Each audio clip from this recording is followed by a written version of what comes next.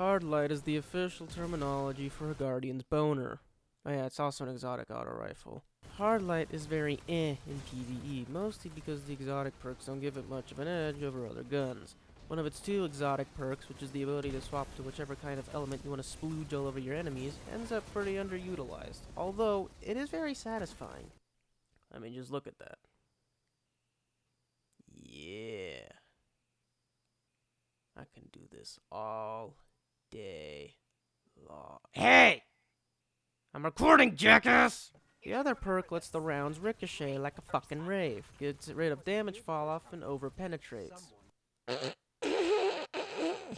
While having all these things sounds great on paper, the only one of them that's actually useful is the no damage fall off, which, I mean, you're not usually sniping with an auto rifle anyway.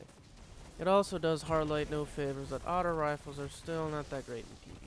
In PvP, on the other hand, is the most broken exotic in the game. While Bungie, in a burst of generosity, did decide to nerf it in a random-ass hotfix, it still remains pretty fucking stupid. Mostly due to the fact that it's a 600 RPM auto rifle, which, if you didn't already know, is so ridiculously buffed up it makes the rock look like a fucking pebble. Of course, it's not all due to this, as a lower damage fall-off definitely adds to it.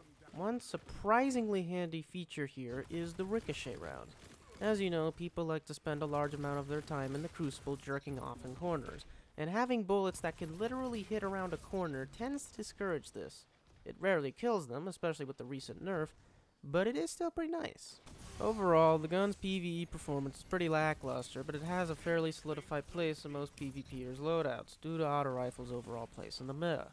If it had more to it, it could be something pretty good, but if you take away the PvP buff, it just ends up being average. I give Hardlight a 4 out of 7, and an enhancement car.